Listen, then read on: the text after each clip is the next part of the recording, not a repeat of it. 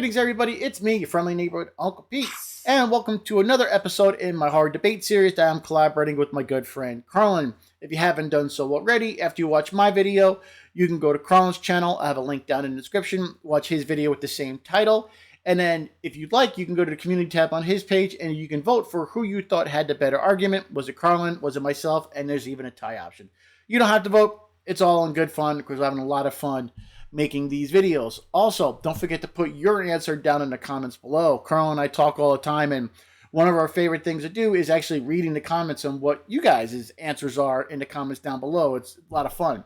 So recently, we've discussed what is the best horror franchise, what is the worst horror franchise. This week, we're going to debate what is the best new trend in horror. Now, this was kind of a hard topic to nail down because what is considered new and what is considered a trend in horror? It's pretty much all open, to our own interpretation, because new could be 5, 10, 20 years in horror. But I decided to go with elevated horror or art house horror. Now, I know the term elevated horror is a divisive one. People tend to get upset at that term. So I was thinking you can call it maybe serious horror, psychological horror, metaphorical horror. But regardless of what you call it, it's a new trend that gets a lot of people talking. These films attempt to upset you emotionally rather than focusing on jump scares and gore. And there's nothing wrong with jump scares and gore. I love those horror movies. But when I hear the term elevated, I don't think of those films as being better or more sophisticated than gory slashers. I just love the film if it's a good film, whatever, regardless of the genre label attached to it. So I'm going to call it elevated horror, but I'm not saying they're any better or worse than other films. It's just the term I'm going to choose to go with. Over the past years, we've seen horror movies stray away from the typical slasher, targeting young adults who were put in a precarious situation.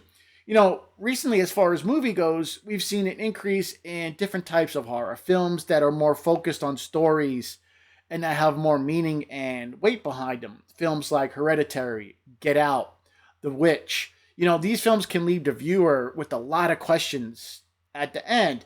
And these types of films can also spark lots of discussion amongst horror fans, where everyone can talk about how they interpreted the film.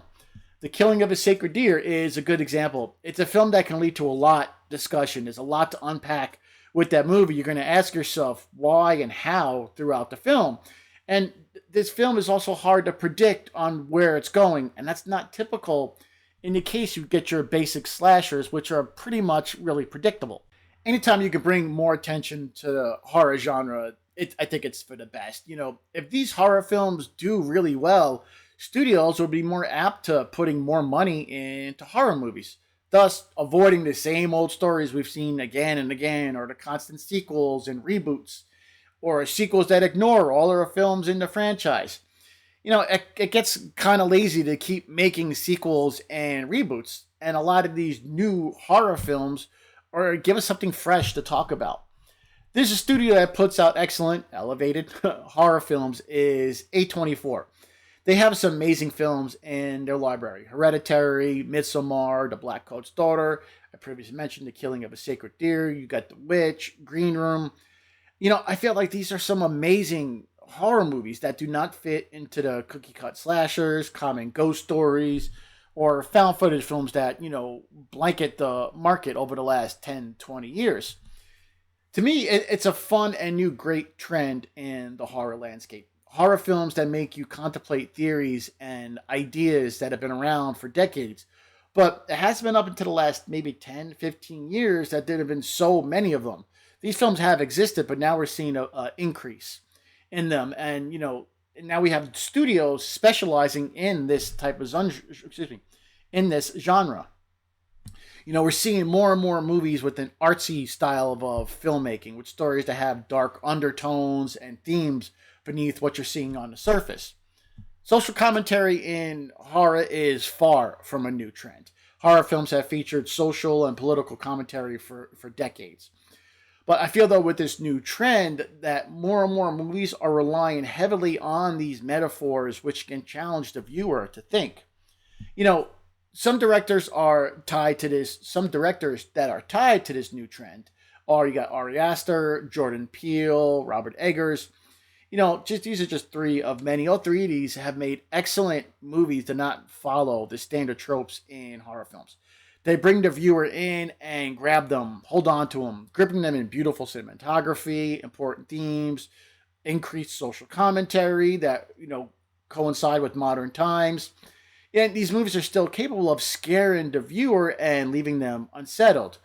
Just watch the beginning of Midsommar when you hear the main actress, played by Florence Pugh, when you hear her wailing at the death of her parents and her sister.